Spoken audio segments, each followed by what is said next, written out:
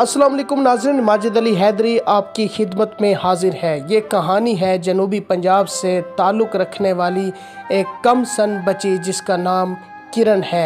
इनके वालिदैन इनकी ज़बरदस्ती शादी करा देते हैं एक कॉलेज के प्रिंसिपल के साथ। वो प्रिंसिपल अपनी बीवी पर दिन रात तशद्दुद किया करता था और गलत तरीके से इनके साथ हम बिस्तरी किया करता था। ये बहन अपने पेरेंट्स को बताया करती थी, लेकिन इनके पेरेंट्स ये कहकर खामोश हो जाते थे कि अब उस घर से तुम्हारा जनाजा उठे। इस बहन ने बहुत जुल्म बर्दाश्त किए, आखिरकार इन्हें कदम उठाना पड़ा। ये जनूबी पंजाब से लाहौर दारुल अमान पहुंची और अब आगे ये निकाह करना चाहती हैं, डिवोर्स भी लेना चाहती हैं। मज़ीद इनकी दास्तान इन्हीं की ज़बानी जानते हैं। अस्सलाम वालेकुम। वालेकुम अस्सलाम। कैसे मिजाज हैं आपके? ठीक, आप सुनाएं। थोड़ा सा आगे आ जाएं। मेरी बहन मुझे बताएं कि आपकी स्टोरी क्या है, शादी कैसे हुई थी? वो कुछ यूँ हुआ था कि मेरे हस्बैंड के साथ मेरी शादी हुई है, वो ऐसा नहीं है बिल्कुल भी। मेरे हस्बैंड की शादी मेरी बड़ी बहन के साथ होने वाली थी। अच्छा। तो मेरी बड़ी बहन किसी और को पसंद करती थी। अच्छा। शादी भी फिक्स हो गई थी दोनों की। शादी में 24 दिन रहते थे जब मेरी बहन उसी के साथ भागी जिसको वो पसंद करती थी। अच्छा। हाँ, तो वो लोग मतलब बैठे परेशान हो गए। तो मेरे अब्बू ने कहा, वो बहुत दयानतदार हैं अल्हम्दुलिल्लाह, तो अब्बू ने कहा चाहे मेरी बेटी बड़ी बेटी उसके साथ भाग गई है तो मैं आपकी इज़्ज़त रखूँगा। मेरी इज़्ज़त है, मैं आपको मतलब अपनी छोटी बेटी का रिश्ता दे देता हूँ। तो इस तरह मेरी शादी उसके साथ हो गई। मेरी 14 साल उम्र है और उसकी 28 साल उम्र है। तो उसके साथ अब रहती तो हूँ, अभी मैं मतलब पढ़ाई भी कर रही हूँ, 9th क्लास में हूँ। अच्छा।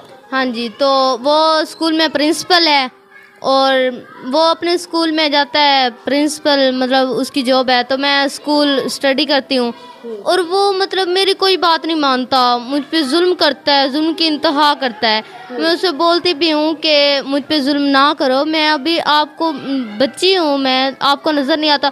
कोई बात नहीं सुनता। पढ़ा लिखा है तो पढ़े लिखे को समझ होती है ना। सही बात। नहीं, बस वो जुल्म की इंतहा करता है। तो मैंने कहा कि मैंने ना फिर इससे डिवोर्स लेना है या मैं खुदकुशी कर लूँगी, काला पत्थर पी लूँगी कि इतना जुल्म करता है, मुझसे जुल्म बर्दाश्त नहीं होते। तो इसलिए मैंने अदालत में डिवोर्स लिया।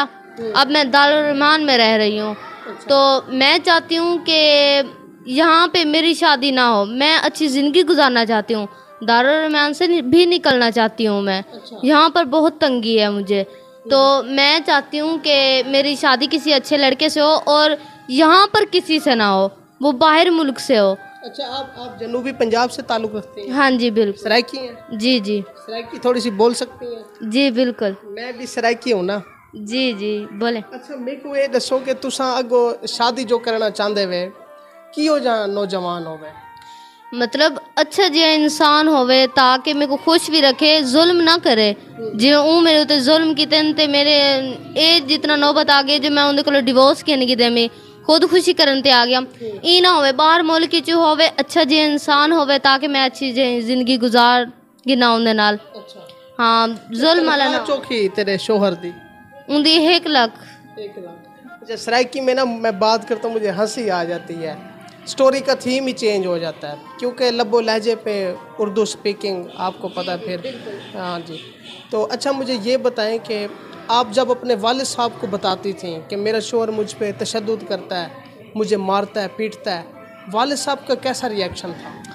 अब वो यही बोलते थे कि अब आपका मतलब उस घर में रिश्ता हो गया, शादी हो गया, तो अभी उस घर से आपका जनाजा ही उठेगा। अच्छा।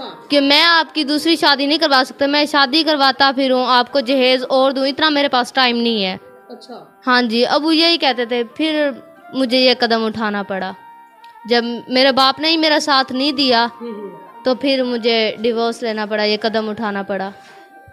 फिर आप एक गरीब बाप की बेटी हैं, आपको माली मदद की भी ज़रूरत होगी क्योंकि जिस तरह आप कह रही हैं कि मैं दारुल अमान से भी जान छुड़ाना चाहती हूँ, आगे फिर क्या रेंट का रूम लेंगी?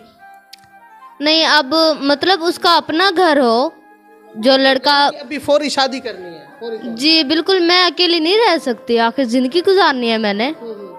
तो अच्छा सा लड़का हो, उसकी तरह ना हो, जुल्म इंतहा जो करता है मेरे साथ, ऐसा ना हो। अल्लाह ताला मेरी बहन आपके हाल पे अपना रहम फरमाए। ये भाई आपके सर पे दस्ते शफ़क़त रखता है और आपके लिए दुआ करूँगा कि अल्लाह ताला आपके नसीब अच्छे फरमाए। और जो लोग निकाह के ख्वाहिशमंद हज़रात हैं वो फौरी तौर पे रब्ता करें। ये बहन फौरी तौर पे शादी करना चाहती हैं। कोई नंबर वगैरह है आपका? नहीं, मैं इतनी मजबूर हूँ कि मैं खाने के लिए अपना मतलब इतनी मजबूर हूँ कि ना कुछ खाने के लिए बंदोबस्त होता है ना कुछ। मेरे पास मोबाइल नहीं है तो मैं नंबर कहाँ से दूँ? जी, यानी कि हालात बहुत ख़राब है, बहुत ज़्यादा ख़राब है। तो कौन सी कंट्री आपको पसंद है? बाहर जैसे मस्कत, ओमान, दुबई, सऊदीया, जी ऐसा ही होगा। Africa, south Africa, Canada, England है, south Korea, south Asia, Dubai Saudi हो जाए वही अच्छा है। यूएसए, यूके, इंग्लैंड, कनाडा, बस दुबई सऊदी हो जाए वो। दुबई, सऊदीया। जी चलें जी, दुबई और सऊदीया वाले जो लोग हैं वो जल्दी रब्ता करें। व्हाट्सएप पे जो स्क्रीन पे नंबर शो हो रहा है, जल्दी मेरे साथ रब्ता करें। मैं इंशाल्लाह ताला डायरेक्ट रब्ता करवाऊँगा इस बहन के साथ। अच्छा मेरी बहन, अभी आपके पास कुछ पैसे हैं? नहीं, मेरे पास कुछ भी नहीं है, हालात बहुत ज़्यादा तंग हैं। जी, खाने को कोई बंदोबस्त नहीं होता, कल से मैंने कुछ खाया भी नहीं है। जी चले मेरी बहन, अपनी तरफ से मैं थोड़ी सी आपकी मदद करता हूँ, ये पकड़िएगा। जी नाज़रीन, बड़ी दुख भरी दास्तान है। ये बहन बहुत मजबूर है। ये 10,000 रुपया मेरी तरफ से आप रखें। मेहरबानी जी भाई जी, मेहरबानी, आपका एहसान है मुझ पे भाई, ऐसा आजकल कोई नहीं करता। सही बात है जी, तो आपका एहसान है। चलो मैंने कल से कुछ खाया भी नहीं था, इतने हालात तंग हैं कि कुछ खा पी नहीं सकती मैं। नहीं कोई बात नहीं।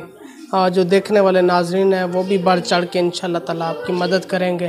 फ़िलहाल मुझे इजाज़त दें, अपना ख्याल रखें। फ़ी अमानिल्लाह।